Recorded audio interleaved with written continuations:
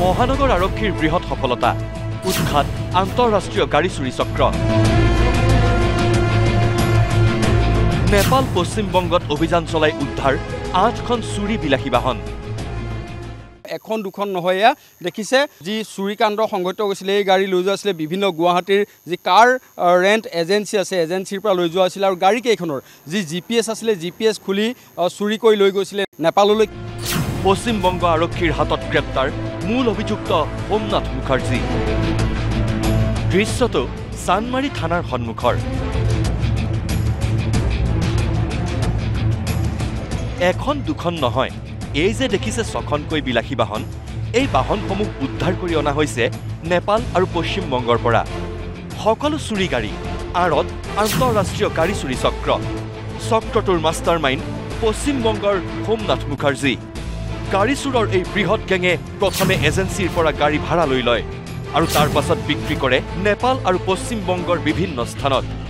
কিন্তু এই চুৰিৰ বিষয়ে জানিব পাৰি এটা গাড়ী এজেঞ্চিৰ স্বত্বাধিকাৰীয়ে চানমাৰী থানাত ৰুজু কৰিছিল গোচৰ সেই গোচৰৰ ভিত্তিত চলা অভিযানত চানমাৰী আৰক্ষীয়ে পশ্চিমবংগ আৰক্ষীৰ সহযোগত নেপাল আৰু পশ্চিমবংগৰ পৰা উদ্ধাৰ কৰে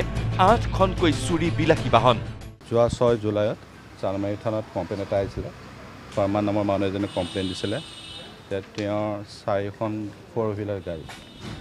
জয় ফুকন নামৰ মানুহ এজনক ভাড়া দিছিল আৰু জয় ফুকনে গাড়ীটো শিলিগুৰিত কোনোবা স্বপ্নাথ মুখাৰ্জী নামৰ মানুহ এজনক আকৌ মানে তাতেও ভাড়া দিলে তাৰপিছত স্বপ্নাথ মুখাৰ্জীয়ে সেই গাড়ীবোৰ বিভিন্ন জেগাত বিভিন্ন মানুহক ইলিগেলি মৰ্টগেজ দিলে তো এই ফাৰ্মানে গম পোৱাৰ পিছত থানাত কেছটো দিলে আমি কেছ ৰুজু এটা কৰিলোঁ মিছ এপ্ৰপ্ৰিয়েশ্যনত তাৰপিছত আমি টিম এটা পঠালোঁ SIC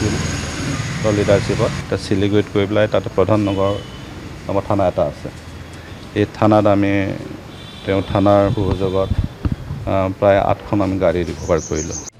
গাড়ী চুৰৰ এই গেঙে অকল অসমতেই যে গাড়ী চুৰি কৰিছে তেনে নহয় পশ্চিমবংগতো বহু বিলাসী বাহন চুৰ কৰি সন্ত্ৰাস চলাইছে গেংটোৱে অৱশেষত পশ্চিমবংগ আৰক্ষীৰ হাতত গ্ৰেপ্তাৰ হ'ল গেংটোৰ master mind Somnath Mukherjee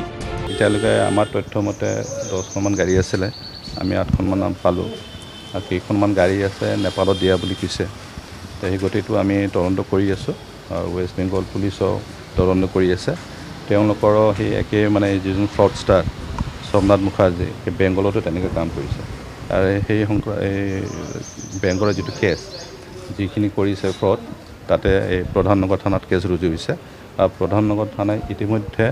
Somnath মুখাৰ্জীক arrest কৰিছে পশ্চিমবংগ আৰক্ষীৰ জেৰা শেষ হ'লেই সোমনাথ মুখাৰ্জীক সোধপোছ চলাব মহানগৰ আৰক্ষীয়ে ৱেষ্ট বেংগল মানে যিটো শিলিগুৰিত চলি আছে সেই প্ৰক্ৰিয়া শেষ হোৱাৰ পিছত আমি এইটো ব্যৱস্থা সোমনাথে আছিল আৰু